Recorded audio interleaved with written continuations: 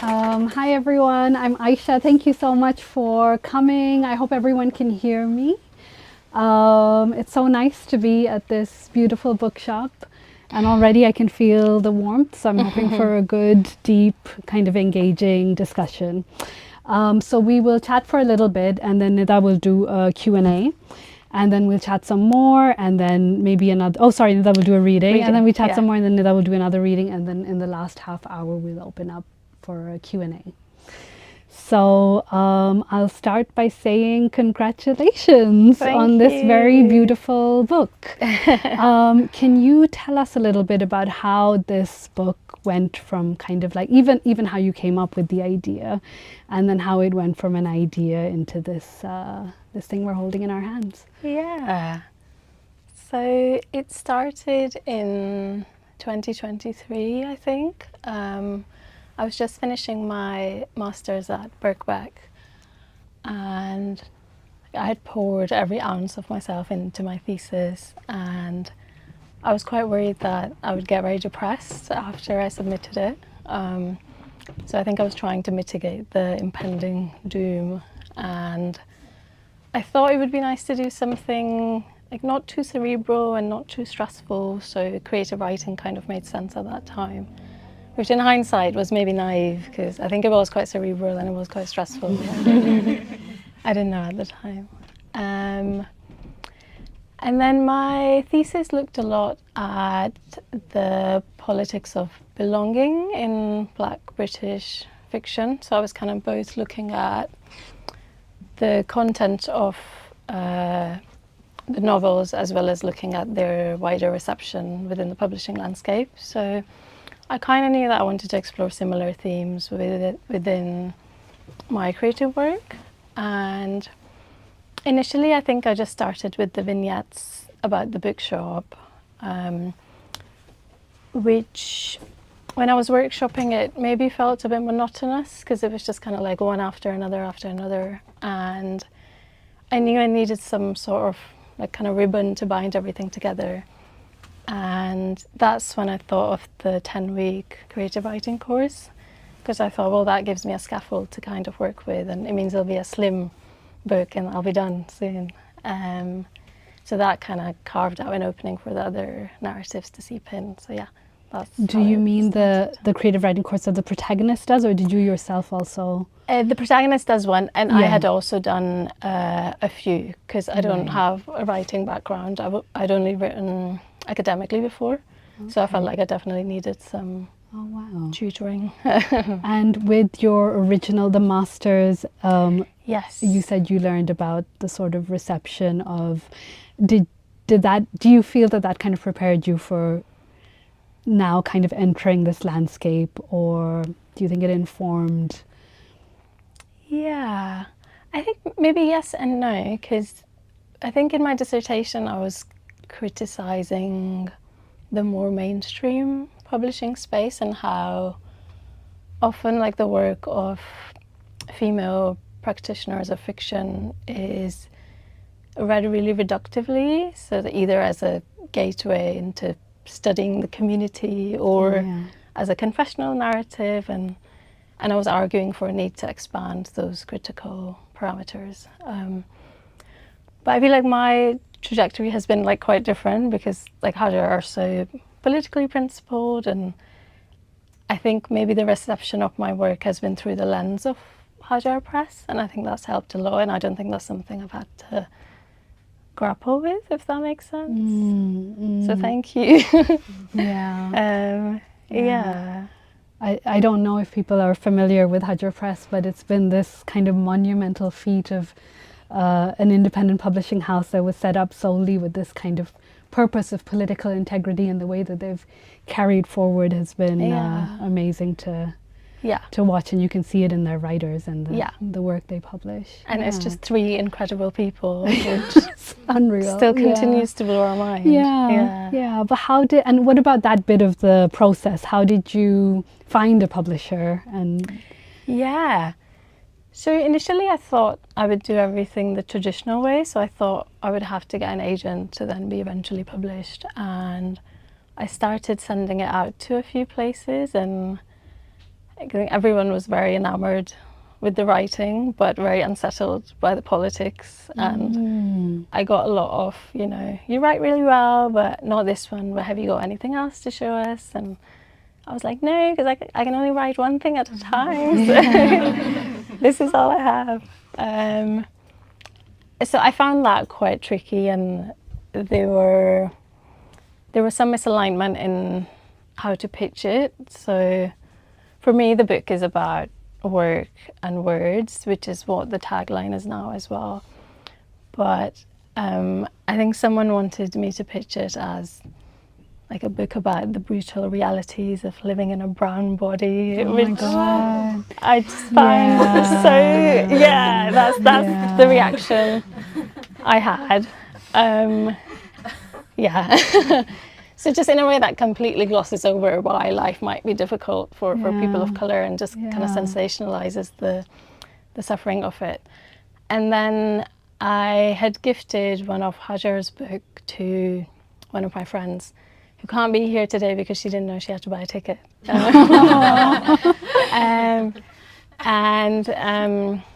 She read it, and she said, oh, you should definitely submit your manuscript to Hajar, like I can totally see it working.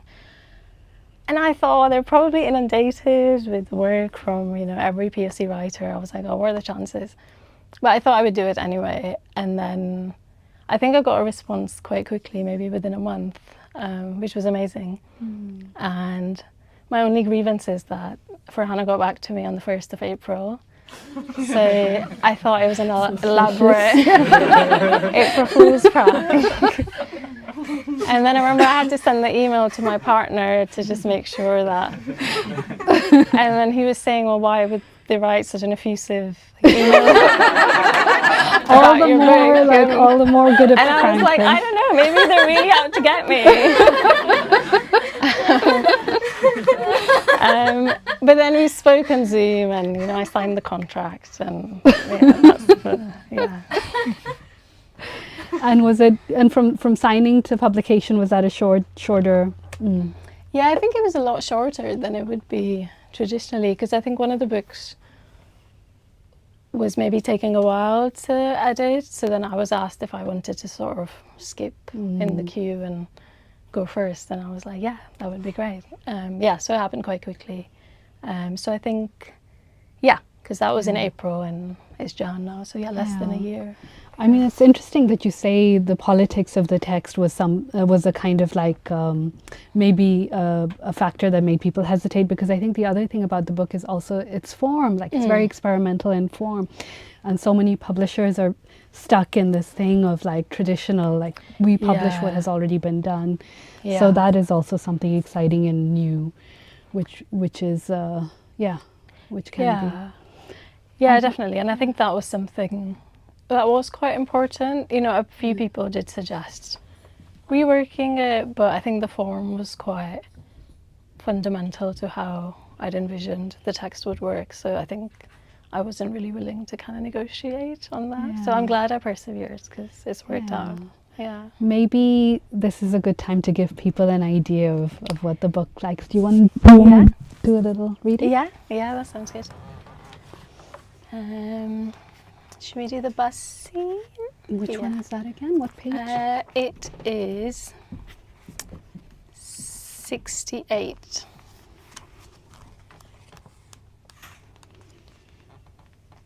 Yeah, I wonder if we need any scene. I mean, basically, the protagonist is a woman called Lena, and she works in a bookshop, like Nida said, and she's kind of navigating the precarity of her life, and also the kind of trauma that has come from other places.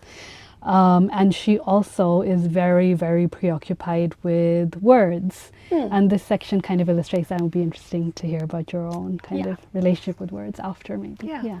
Definitely. Okay. The 55. There is a signal failure at Oxford Circus. I have to get the 55 towards Walthamstow.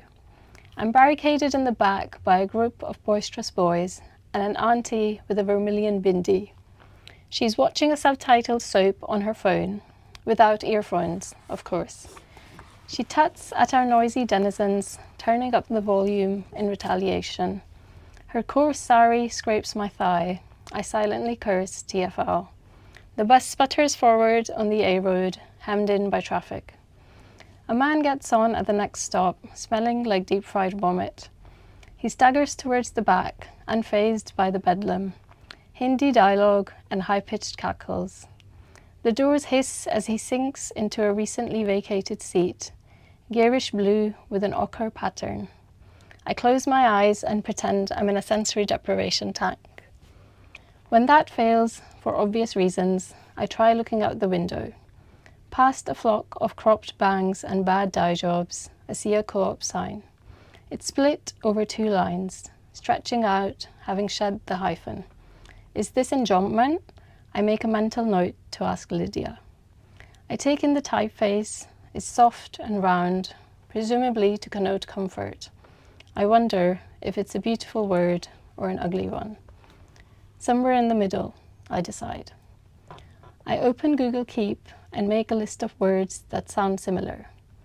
COOP, coop, coo, coo, cool, clue, cloop, croup, cruel, cruel.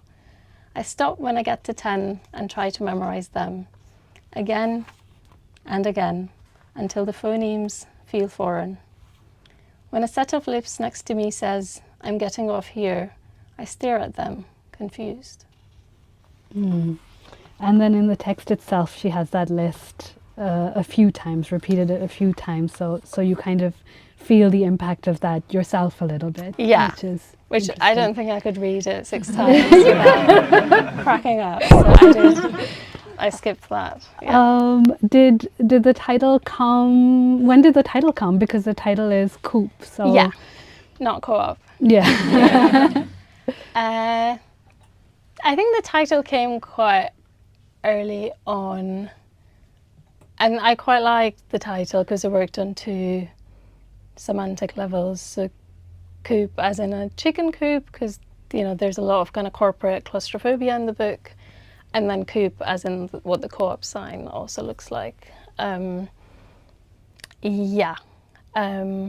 So I was quite tied to the title, and I was really hoping no one would change it. So but it came quite early on. Yeah.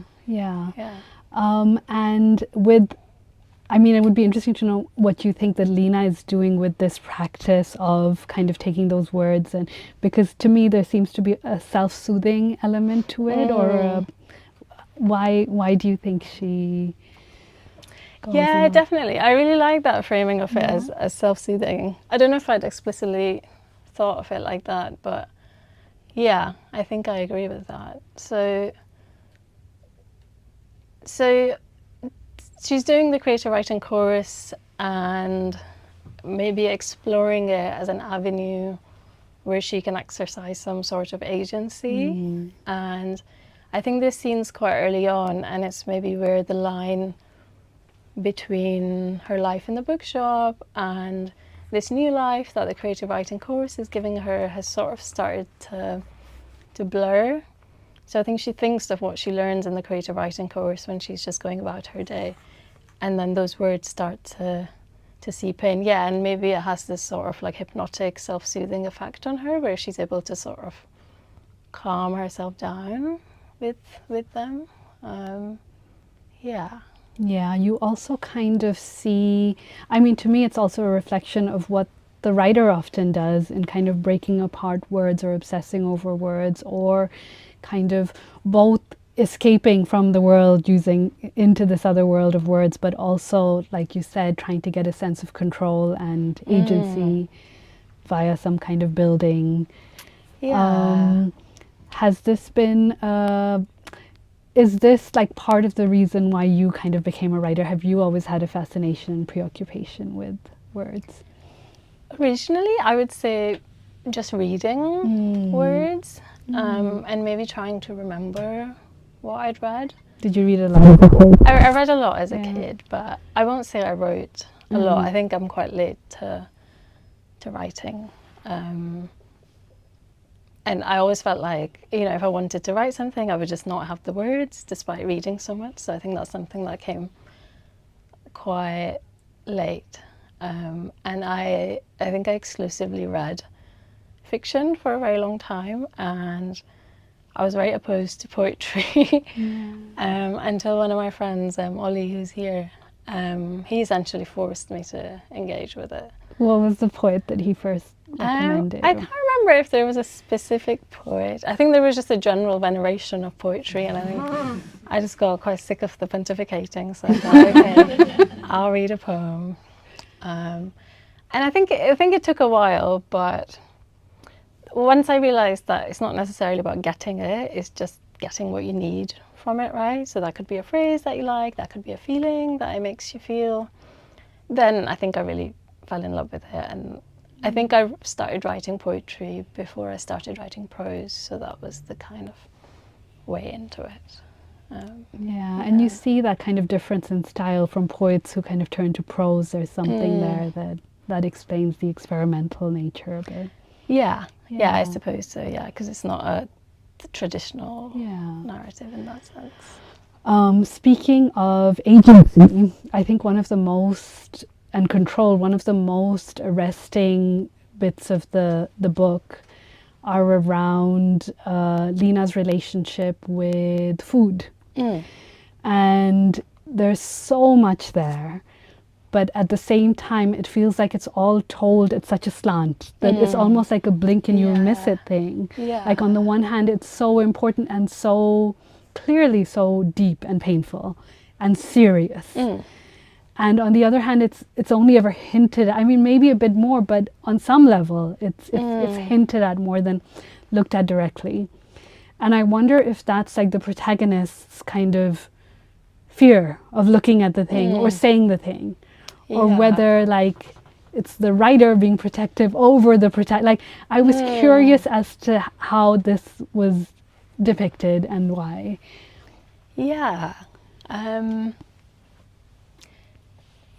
Food. I'm hungry now, I can't think. Yes. It's probably a tough part of the book to talk about as well. Definitely. So there's like 3 registers in the book. So there's a main narrative where Lena's in the workshop and she starts doing the creative writing course, and then there's the actual creative writing she does, so her experiments, and then there's the text messages from the parents. And I think probably the first one, because I think she can only look at like her eating disorder through a kind of fictive lens, so she's able to explore it through the creative writing experiments that she does, but she's not quite ready for it to like penetrate the facticity of the main narrative.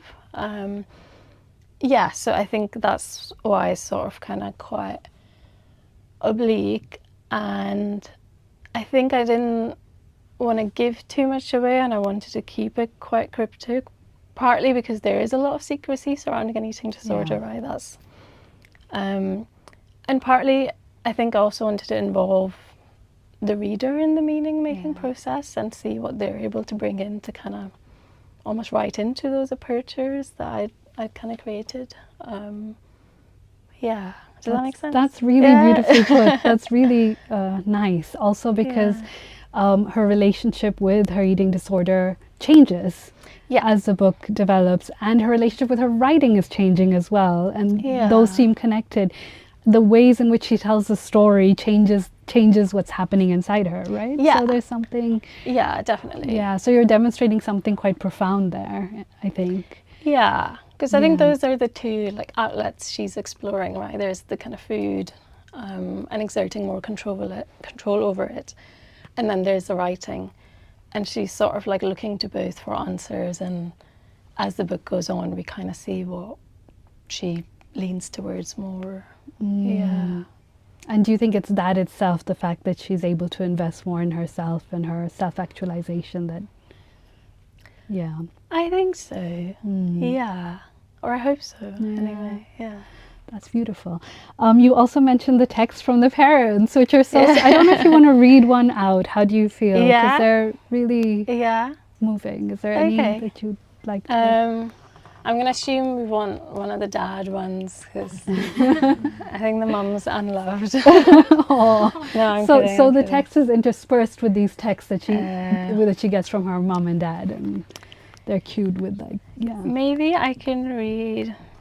I can read one where there's a contrast between the mum and the dad after she finishes her PhD. Oh, that's a good one. So maybe I'll read. Maybe I'll read. Yeah, Is that page? that's page 16. Okay. Okay. Okay. Pass with no corrections. The external examiner praises my thesis. I'm awarded a PhD in art history. A pass with no corrections. When I get home, I look up defense in the dictionary. Defense. Noun. 1. The action of defending from or resisting attack. 2. The case presented by or on behalf of the party accused of a crime or being sued in a civil lawsuit. 3. In sport. The action or role of defending one's goal or wicket against the opposition. I wonder what life would be like if war weren't a metaphor we lived by. And then there's a text from Mum. Oh my God, you are brilliant. Oh my God, heart emoji. You put a lot of effort. Unbelievable. Heart emoji, smiling emoji. I prayed a lot for you. Well done, Ronnie. Clap emoji. And then there's a text from Dad. I have seen your message about your PhD and it was a pleasant surprise for me. I'm very much keen to know what you are studying and why you are studying. Lena, in the beginning, children learn from their parents, and afterwards, parents learn from their children for the rest of their life. Although I don't know much about you,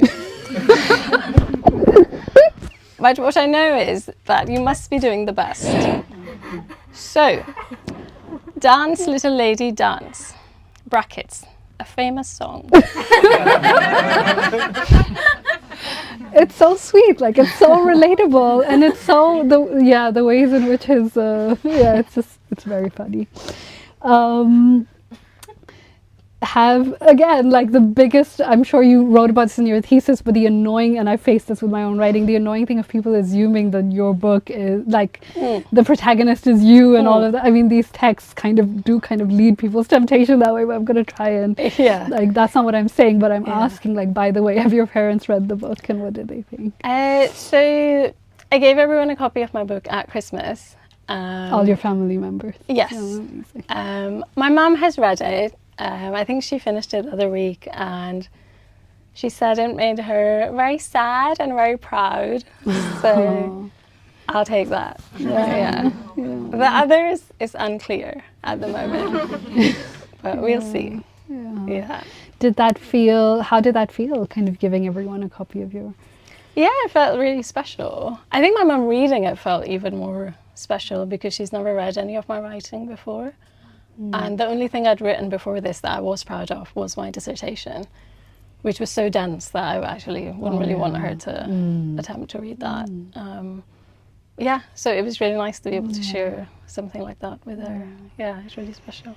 In some of the texts that the protagonist exchanges with her father, there's conversations about Urdu poetry. Yes. And in your acknowledgements as well, you thank the poets and the poetry, the shairs and the shairi. Yeah. Do you have a relationship with Urdu poetry? No. No? Okay. Well, was that research for the book itself? No. So I do have very vivid memories of my dad reciting poetry when I was younger. So there was definitely this presence of the oral tradition in our house, and I think semantically it was like nonsensical to me at the time because I was so young, but I remember it being a very evocative like experience in the way he read it. So I remember that, and I think in the book originally I had some poets who then I had to take out because I obviously hadn't thought about copyright when I was writing it, because you're never really thinking of it being published. And then the poets I ended up with eventually, quite a few of them are unknown, so the poem has just been kind of passed down through the oral tradition. So I think I was just thinking a lot about this like legacy of verse, and I felt like I had to kind of acknowledge the people whose name I didn't know, but whose work I was using or sort of like memorializing in print. So I think it was more a nod to them. They might come forward, I don't know. Probably not, because they died 50 years ago. But yeah. Yeah. I remember keeping some of my the copywritten stuff, and then the permissions route is a whole other thing. Like, oh my gosh, I just replaced them. Yeah, it's easier, isn't it? Isn't Yeah. No, now that I know, I feel like I'm much less likely to go there.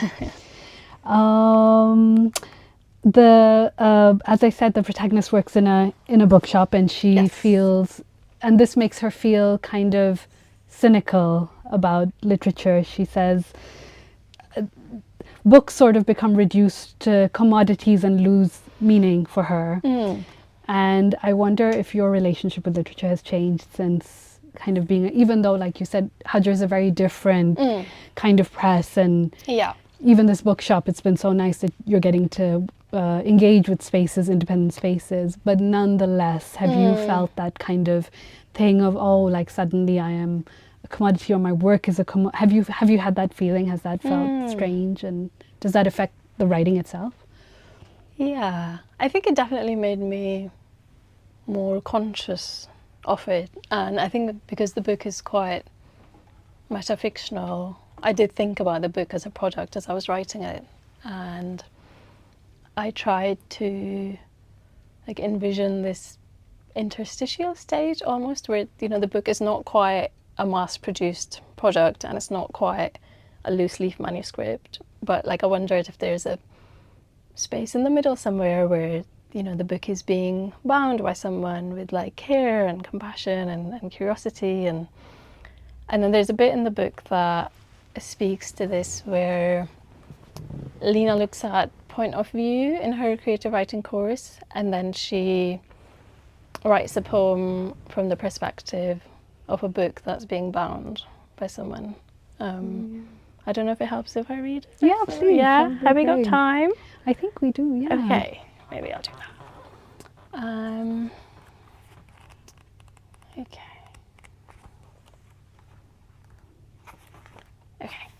This page is 110. I love to follow along. Creative Writing Week 7, Point of View. Lydia delineates 3 types of narratives. First person, I. Second person, you. Third person, she, he, they, it. The latter is further triangulated into omniscient, inside everyone's head. Limited, inside one head. Objective, inside no heads. Someone mentions a recently published Scandinavian novel narrated by objects. I click on the Goodreads link they post in the chat. One review describes it as original, another as a bit boring. I go to bookshop.org and buy it. And then there's a poem. On paper. I was nervous before the surgery, even though my friends had reassured me that there was nothing to worry about. After all, it was standard procedure, at least on paper. So I braced myself to be cut open by a specialist who had cut open many before me. Piled up on the operating table, I could not help but admire her winding fingers, which threaded the needle with skill and care, like calligraphy without a canvas. Then slowly, with sinewy blue hands, she began to sew the row of holes lining my spine, using silver tweezers to make delicate knots, careful not to tear the neighboring skin. Once she finished the sutures, she applied a thin coat of white glue with soft brushstrokes, her wrist rippling across the freshly stitched wound. Finally, she dressed it with thick strips of tanned fabric, pressing it down for the glue to set. Then at last, she cupped her neck with a smiling hand, stepping back to view her handiwork. I stayed where I was, ready to be read. You have such a gentle tone of voice that really like contributes to the poetry. That was very beautiful. Oh, thank you. And also, I like that idea of kind of resisting the anxiety of being like, oh, now my book is a thing, but instead kind of honoring the object in that way, and seeing the object also as a living thing rather than, you know. Yeah. So that's quite, yeah, that's very beautiful. What do you think is coming next for you? I'm getting the sense of a transition into poetry, possibly. How are you? No? Yes. Yeah. So I'm working on a small, modest collection of poems, which I may or may not abandon if I think of an idea for a novel. So that's where we're at the moment. Yeah. But this also sort of started like that. It was a collection of things that then came together to form a... That's true, yeah. so Initially it was just vignettes, and like I was workshopping them, but I wasn't necessarily thinking of them as a kind of cohesive project. So I think it sort of gradually and organically came together, but that wasn't the intention when I started it. So we'll see. We'll see what happens. Exciting. Yeah. Okay, one more question about the book itself. So the primary sort of relationship, that what appears to be the primary relationship in the book itself, besides these text messages that are coming in, are between the protagonist and her friend, who also works in the bookshop. And it's a very kind of dynamic, interesting political relationship.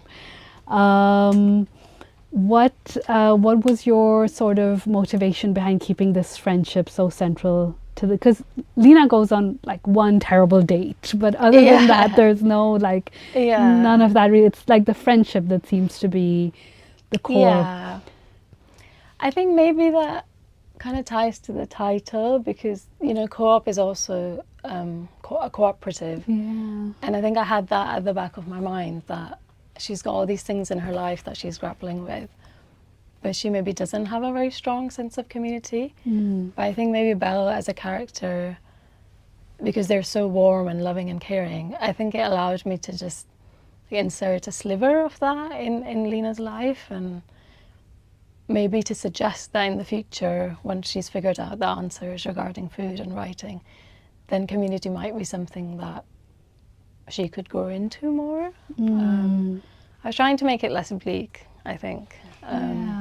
But that theme in itself is quite powerful, because there is this idea of her, like there is clearly a something around intimacy, which I so relate to in my own work and life, like this, the difficulties in connection, how hard it is, that kind of give and take, and that to have like a genuine sort of like, to kind of look past all the bullshit and actually connect, and like the vulnerability of that. And that grappling you have, I thought you illustrated.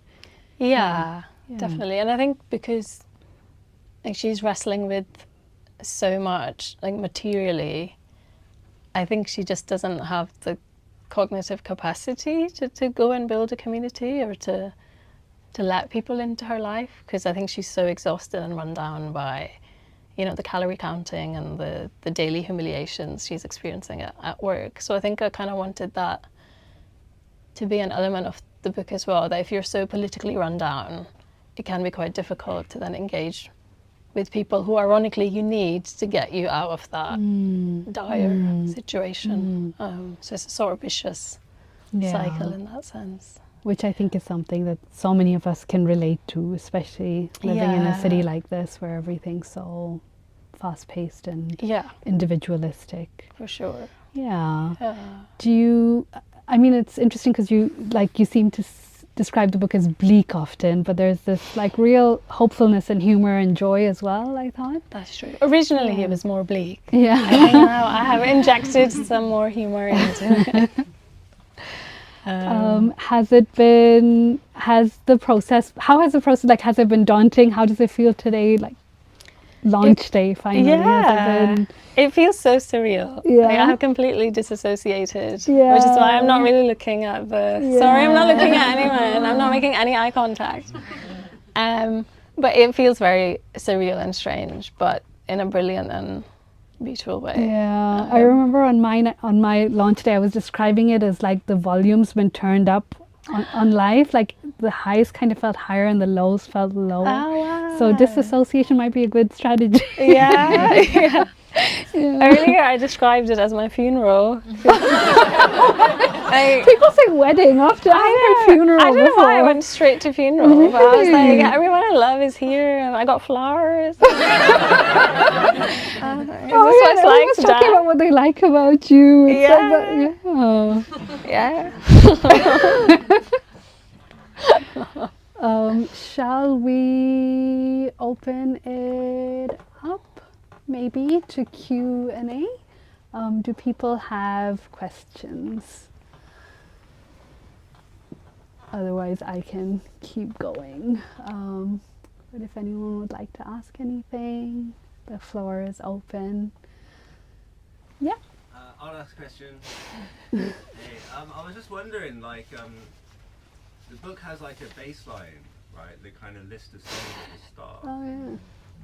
Which I think like all the books in Pages of Press have that. Yeah. Ah. How do you, as a writer, kind of like imagine people interacting with the playlist, or what would be your dream way for people to interact with the playlist as they're kind of enjoying your books? That's a great question, Ollie. Thanks. Oh, that's Ollie the poetry guy, right? Ollie, yeah. I don't know, to be honest. Initially, I thought I would do like a curated playlist that people could listen to whilst they're reading the book, which I'm sure is the purpose of the book. But then I thought, why don't I just pick like 10 dub songs that I really like and listen to like on repeat, and then just put them in the playlist, which is what I did. So I'm not sure if people are listening to the playlist and reading the book, I think that's wonderful. If you're not, that's also okay, and we can still be friends. But yeah. Do you listen to music while you write? Yes, but not too lyrical, more instrumental. Yeah. Do you? No, not so much, but I do because I write plays as well, and for those it seems to be easier. Okay. But I do the playlist thing sometimes for specific characters to understand who they are. I'm like, oh, this person listens to this, Oh, that's cool. and that helps me get into Yeah. Nice.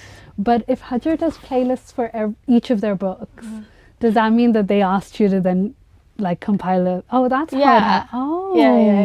Yeah. Oh, and what's the sort of, how did that start? Yeah, I mean, it's a great question. I think that different writers definitely approach it differently. We kind of just wanted to have the books be more than just a sort of reading experience, especially because we don't do audiobooks at the moment, and so they're all just kind of, obviously the reading experience is going to be different for everyone anyway, but if you kind of have something which kind of adds a sonic backdrop, then it kind of helps to add more sort of layers to the reading experience. And I think in terms of how writers pick their songs, it varies from kind of like, some writers do pick songs that maybe they're really imagining the reader listening to that while they're reading, like very literally, but a lot of the time it will just be, this was what I was listening to at the stage of my life that I was writing the book. It doesn't even have to be while I was putting the words on the page, but it just captures something about what the spirit of the book is, because it's so tied to the writer's writing experience. Yeah. It can be a fun way to kind of interact with the book on a different level, I suppose. Yeah. Is there anything else? I was wondering if, in the same way that Lena has Google Keep and is writing down a list of words, if and how you do that as a writer, because like the book is so full of words that I didn't know. And just kind of wondering if you do that, one, and two, if you do that, do you have some sort of like classification system so that you can like pull out words? And I was kind of curious on how you like manage to have so many crazy words in your head, basically. Yeah, I use standard notes, which I think is a more secure and less surveillance-y note-taking app, and I organise them alphabetically. I'm embarrassed to say. Yeah, I think that's just how my brain works. And then within the alphabet, I'll try and cluster by sound. So if it's C, but the words are starting with a ka sound, then they'll be together, or if they're starting with a sa sound, then they'll be together. But I think it feels quite neat if it's alphabetical, and then it means when I find a new word, it's just very easy for me to just go in and pop that in. And then I also have paper notebooks, which I organise similarly. I'll show you, Ava. I'll show you later. Okay. And do you refer to these lists when you're actually writing poems, or? Not really, but I think it helps me knowing that I have a bank of words that I can kind of look at if I need to. The only one I actually refer to is a recent one I've started, which is of colours, because I only know primary colours. I only know like green, blue and red. And then I think in one of our edits I had to go back and like just change all the colours, because everything You don't was... have to, you chose to. Okay, I chose to. Sorry, yes. I chose to. But Hannah didn't say anything. No. I chose to. Because I was like, why is everything like blue and yellow and green?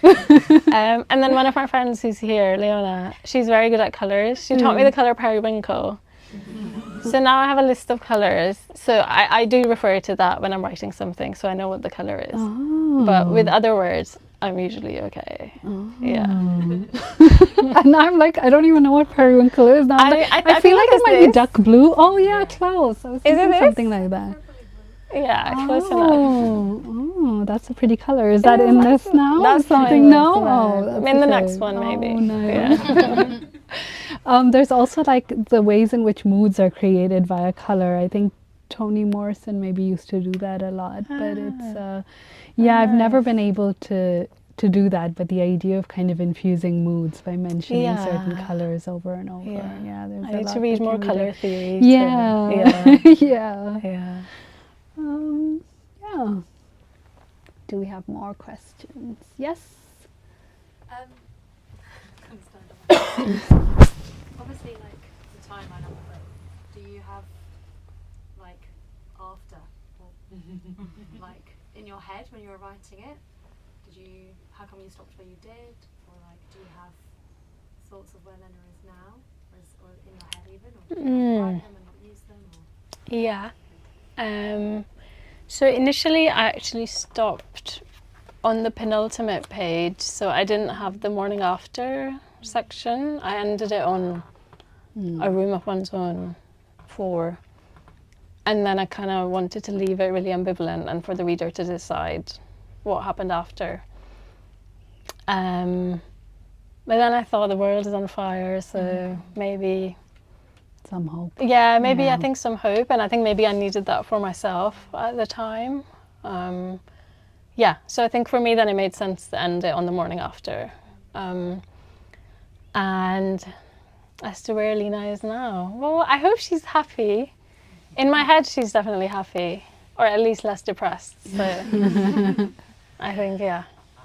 Yeah, I mean, the way you were describing it earlier as well, I found it quite moving, this idea of like the things that she's grappling with and how maybe this is a route to which she will find community. It made me feel like you do see kind of like a positive after. There's something you're conceptualizing. Yeah. And I think like having Belle in her life as well, because I think when I was finishing it, I almost felt as if, Belle has custody of Lena now and Belle will look after her. So it was a sort of, bittersweet parting in that sense. But also the idea of how important that is, how much community can sustain us, and it's sort of the only thing that can was moving. For sure. Yeah. For sure. I was saying to my partner last night, I was getting quite upset and saying that it just feels so like silly and self-absorbed to just sit in a room and like talk about my book when, everything that's happening around us. And then he was saying, yeah, but surely everyone who's coming to the launch is going to be wrestling with the same thing. So then does it not make sense for us to get together and like wrestle with those feelings together, which I think made a lot of sense. Yeah. So yeah, we need community. Yeah. And you can also sense the warmth in the room, which is also a testament to that, you know, that thing that we're all very invested in building and why we're here, right? Yeah. So there's that's interesting that you would, I guess there is this fear of like it being somehow self-indulgent, but it's scary. It's scary to bring people together, and it's actually an act of generosity often. Yeah. Right? I think I'm someone who never celebrates anything. I only recently started celebrating my birthday. Yeah. Or have been coerced into doing so. So I think it's quite new for me to kind of have a gathering like that. But I love the generosity lens. So yeah, maybe this is me being magnanimous. I don't know. It is. I don't know. Yeah. Yeah. No, same. I find that hard too. But the idea of like, this is what I've been saying. The idea of like actually when you share your kind of problems, that you're giving someone a gift rather than being like, let me solve yours or something. That's so true. Yeah, so there's something there. Yeah. And even when we met up, right, because we went for a tea like a week or two ago, and I felt that was such an unexpectedly like open conversation that we ended up having, because we haven't met before. We've obviously read each other's work. Yeah. And there was just this like outpouring of emotion that we both sort of swam in for an hour or two, and I felt very fulfilled after that. So did I. Yeah, I agree. I think also like this world of writers, like you're so in your own head, and you're so, the only way to make the book in the first place is you have to lock yourself up in a cave. Like how else are you going to write it? Yeah. And then to meet someone else who also spends so much time in the underground is like, I mean, you'd also read everything. Like I mentioned an essay and you'd read that. So that too, I came home and I was saying to her, oh my God, she's like read everything. It's like there is kind of like a shared language there as well, which is definitely meaningful, because it's sometimes, it's hard to make sense of why you do what you, I don't know how you see it, whether you see it as kind of like you can't not do it, or like what do you think drives your work, your writing? Oh, we're doing Q&A, but we're doing both together. So sorry. I mean, obviously I haven't done it for a long time, but I think now that I've started doing it, I can't imagine not doing it. Because I feel like there's, you know, so many amalgamations of ideas like in my head, and I think writing can be a way to just work through those. So I think initially I'm always writing for myself, and then if that becomes a more expansive or a more public project, then that's nice to have. Yeah, I agree. Yeah. Although it can be so excruciating as well, can't it? Yes. The process. Yeah, for sure. More questions? Yes. You know, every writer has a different approach to reading while they write. Some people avoid, some people will read lots of different things or a certain style. Did you have a certain approach as you were writing, and has your relationship with reading changed throughout this process as a result of the beautiful book that you've now published? That's a great question. Yes, I have an approach. So if I'm writing something, I can read anything that's not the genre I'm writing in. So I was reading a lot of poetry, and I was reading a lot of academic texts around like language and translation. Some of your work in violent phenomena, of course. But I can't read the genre that I'm writing in. I think partly because I'm petrified that I'm going to plagiarize something accidentally, and partly because I think it'll bruise my ego a bit if what I'm trying to do I find someone else has done already and better. So I find it gives me the space to do what I want to do if I'm not engaging with that specific genre. Do you do that? I think so. I was just thinking, like, in a way, I feel like there's something kind of pharmaceutical to it. Like, even without knowing it, I'm drawn to the thing that I need almost like medicine.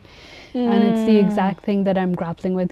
So these days, I still don't know what it means, but I'm finding myself drawn again to like very theoretical, dense, like academic-y type stuff. And I think what that is like a kind of signal that hopefully I'm hoping that something is going to come, like a new work. But it's sort of like as if it's pulling me into this place where I'm grappling with just the ideas themselves.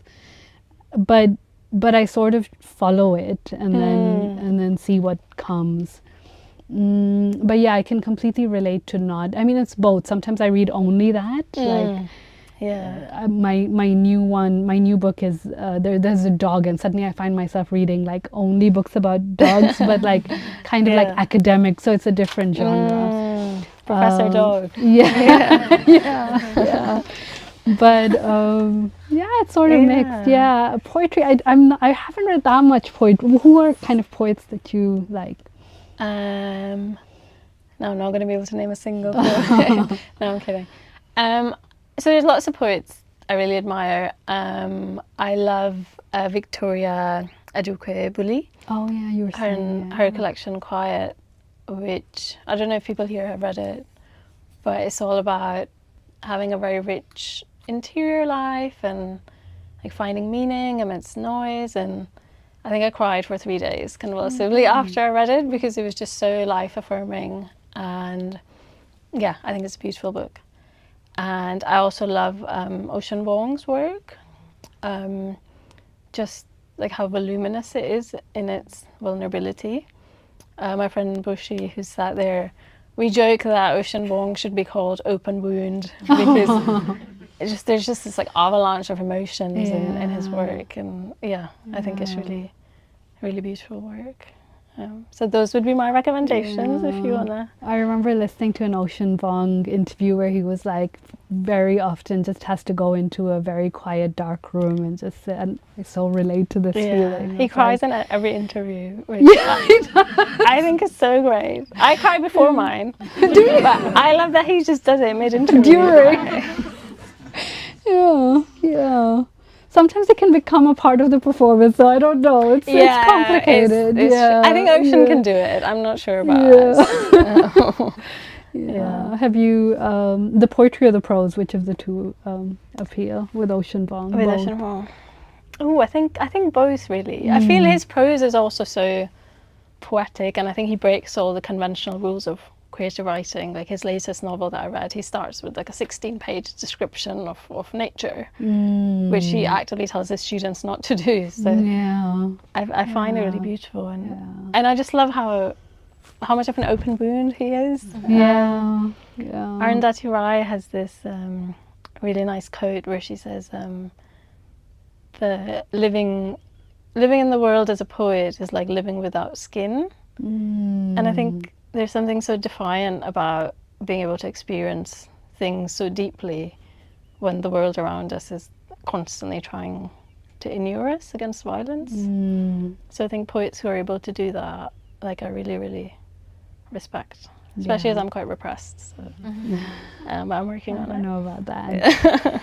It's such a contradiction though sometimes, like events like this where so many writers find themselves kind of in this little world of the mind, taking their skin off and just sitting there, and then suddenly it's like, oh, come, like a group of 50 strangers, like read your work and talk about your private life. There can be a contradiction there. And has that been difficult to navigate?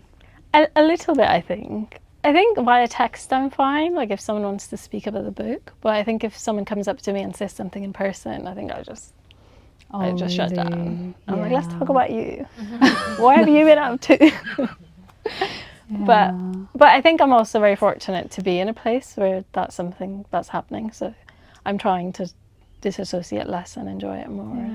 And kind of learning your capacity. I think with me, the interview thing, I was like, it has to be an email interview, because every time it was verbal, it would just sound so bad on the page, and it would make me cringe, because the things you say versus you know, the way you want it, especially as a writer, the way you want it. But kind of finding those lines for yourself, I guess. Definitely. Do we have more questions? Yes. I have a question about the texts in the book. I love them. Yay.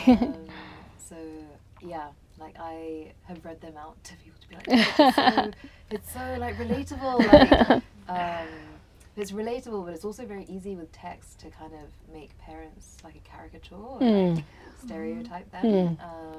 But I feel like that doesn't happen in the book.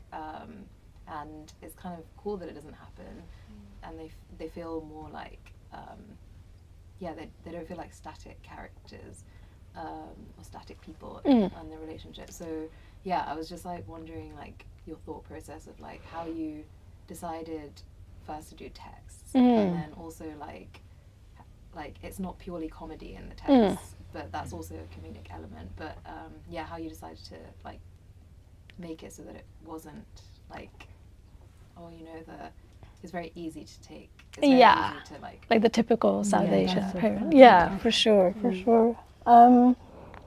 So originally I didn't have the text, which is when I just had the bookshop vignettes. And like I think because Lena engages with literature in this very extractive context in the bookshop, and there's that gap between what people say and what people do, I was thinking a lot at the time about language and how it's constantly being disrupted, and then I was thinking about the day-to-day of her life and how a shift would pass when she's at work. And then I kind of wanted like her day to be disrupted by these digital like intrusions, and in a way for language itself to be disrupted by other mediums of communication. And then that's when I initially added a few, and then it was quite important to me not to show Lena's responses or to not give the reader reassurance if she even responds, because we don't know.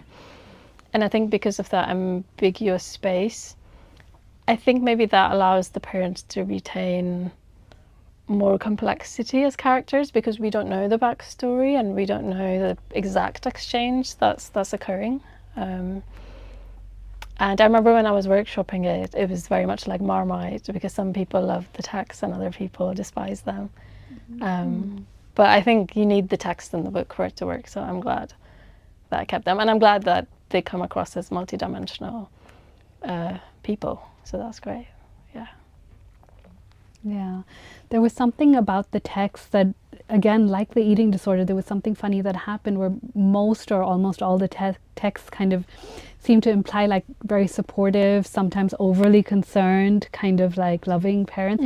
And at the same time, suddenly out of the blue, there's mention of like a bad relationship with her father. And then there's so it's quite like, oh, again, like it seems that you can tell that you're only getting parts of the story. Yeah, and I think alluding to Lena's unreliability as a narrator as well, right? So kind of wanted to complicate that a little bit. And then right at the end, the form of the text changed completely, where you were like, are these texts even from the parents? Or has Lena been writing them all along? So that's a whole other thing that happens. So there's an Easter egg in Creative Writing Week 9, where, this is a spoiler, but I don't think it's the kind of book you can spoil, so I'm going to say it anyway. So there's an Easter egg in Creative Writing Week 9 where she's reading C.A. Conrad's The Book of Frank, and the parents' texts later are formatted to look like those poems, because she starts doing that after her editing exercise in week 10. So again, I think you could read it both ways. You could read it as like her manipulating the text or her writing the text, or you could also read it as this, I don't know, delirious chorus, because everything in her life has become so frenzied at that point, and there's just this kind of bubbling over. So you can read it however you like. Yeah, It's all valid. and you hold that ambiguity even within yourself, because sometimes they say, oh, but the writer should know what the real thing. But do you believe that, or do you also allow for all those realities? That's such a tricky one, because I think initially I had a very cynical reading of it, and I know that for Hannah brought a lot of clarity to it, because the 3 registers now are rendered in different fonts. Oh yeah, okay. Which I initially didn't have, because I initially wanted it to be more ambiguous, but I think it was ambiguous to the point where it was like quite confusing. So initially I had the cynical reading, but through the process of editing it, I think I changed my mind, and now I lean more towards the more optimistic reading. But I think I do hold both of them in my mind, but maybe I lean more towards the optimistic. Wait, what is the optimistic one? The optimistic one is that eventually she is happy, and she found an avenue, you know, within creative writing, and she was able to recover from her eating disorder. That's the kind of happy version. Interesting. think we still have more questions. Does anyone have? Yeah. I'm thinking more along the lines of what we've been talking about kind of illusions of things just like on the periphery, and then there's the other character who works not in the bookshop exactly, but in the kind of same central space, and you know, occasionally Callum? Yeah, interacts with Callum. Callum. Yeah. We never really understand that much about their relationship, and I was just wondering, like, what was the purpose behind including Callum? Because he kind of seems like not really on either side. He's not necessarily on the side of the institution, but he's also not a Belle character in that situation. Yeah. I think that I wanted something other than Belle within the workplace to make it more survivable for Lena. So I think it helped to have a character who she could, if not lean on, then maybe just like fantasize about as a form of distraction. And again, kind of leave that inkling that, you know, maybe he'll eventually be a part of the community that she ends up building after the book. Mainly that, but also because someone told me I should introduce a character like that. And I think that's when the book was a lot more bleak. And then I think I agreed with the critique at the time, because I think it made sense to introduce some hope in her life. Do you feel a bit differently now? Maybe a little bit. Yeah. But, you know, I feel that way about lots of people. So. Was this kind of in the context of your creating the novel within workshops? And Yeah. so was there quite a lot of sharing in the process of making it? And was that helpful? Yeah, I think so, yeah. Because I think I was also figuring out how much to say and how slight I wanted the work to be. But I think I had to find the right threshold where there's just enough for the reader to continue to engage, and it's not so obscure that people just are put off by it. So I think in defining that level, I think the workshopping was quite helpful. But it can also be quite tricky if you get conflicting feedback, and then eventually it's your work and you have to decide what works and what doesn't work. Is it something you would recommend, though, the writing workshop? Do you find it helps? I think so, or at least it helped me. I don't know if people who come from a creative writing background, they're maybe more confident or assertive in what they want to write, but I think I needed that kind of web of opinions around me to help shape the text. Did you workshop? Yeah, I did the Centre with a workshop as well. Okay, it was like an online Zoom workshop during COVID, and it made so much difference. Even if it was, it wasn't like a workshop of seasoned writers. It was sort of a more casual kind of affair, but nonetheless, just every week being accountable to someone, having to hand in your work, and also it was a very kind of warm place where people would generally be like supportive. I found it. It's very supportive. Yeah. I think I'd like to kind of find that again for myself, because it makes a big difference. It can be quite isolating otherwise, right? But I've also been parts of more kind of seasoned writers communities, and some of those can actually turn a little bit twisted, I think. Okay, I see. So it depends on the environment, I think, because if it's like overly critical, that can be inhibiting, I think. But no, I'm very thirsty for something like that again. Yeah, I miss it. Are you in a workshop at the moment, or for poetry? Yeah, not for prose. Yeah, which again is very supportive. So I think that helps a lot. Yeah, it makes a difference. Yeah. Are there more questions? Yes. Hi. Yeah. I had a question, because I feel like it's been mentioned a few times about how the book started quite bleak, and then you've added in humour, or you've added in other characters, and I just wondered if you had any reflections on why it started so bleak as to you just first coming to it, but also why you felt the need to add these other elements in, and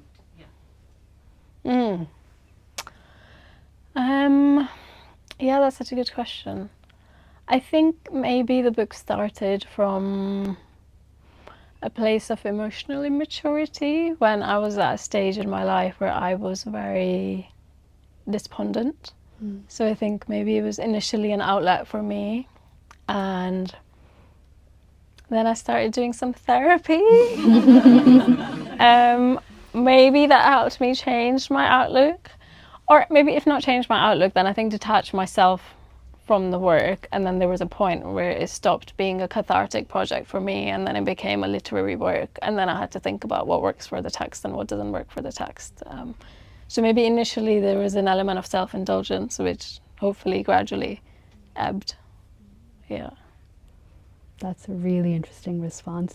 That cut in itself is so fascinating when it happens, right? Where you're suddenly like looking at it from outside. Sometimes it's usually just time. Yeah, and then the definitely. whole book looks, it's almost as if you have, I don't know if you've had this, but it's almost as if you haven't written it, and that's when the real work can happen. Yeah. When you find that distance. Yeah, definitely. Yeah. Especially because I reread it the other day before the event, and I was like, oh wait, like what happened here? And I think in a way it was really nice to have that like detachment from it, right? Because I've made something and I put it out into the world, and like it's not mine anymore, it's everyone else's. And I think that helps. Do you get impacted though by people's reactions? Are you very, because I find that challenging to be like stoic in the face of other people's. Yeah, I haven't so far. Probably because my friends have been saying lots of nice things about it. Kidding, so I think it's stroked my ego a lot. I'm not sure how I would take that, although I do stand by it. I think it's for the reader to interpret in the way they want to. So I don't necessarily feel the need to explain it to people in that sense. I'm in fact more interested in how they interpreted it. Totally. And which I and think sometimes is really what it tells you about them, like because it tells you a lot. So much. Yeah. More questions? No? Okay, maybe we can, more questions? No. Okay, maybe we can wrap up, but can you tell us what you're reading at the moment? What you're watching, what you're listening to in general, what media you're consuming? I don't think I'm watching anything. What, do you remember? What are we watching? Oh yeah. Oh man, that's a good one. That's a good one. Which is quite funny. Although we were saying last night that there's a lot of propaganda going on in season 4. So it's, now I'm a bit, He's in this new show that's about to come out with Riz. Babe. Yeah, I'm excited. Yeah, I'm excited about that too. It's on Amazon Prime, which is annoying. Oh really? Yeah, maybe I'll stream it later. I can't intellectualize Man Like My Beans, so I think we'll just maybe we'll just park that.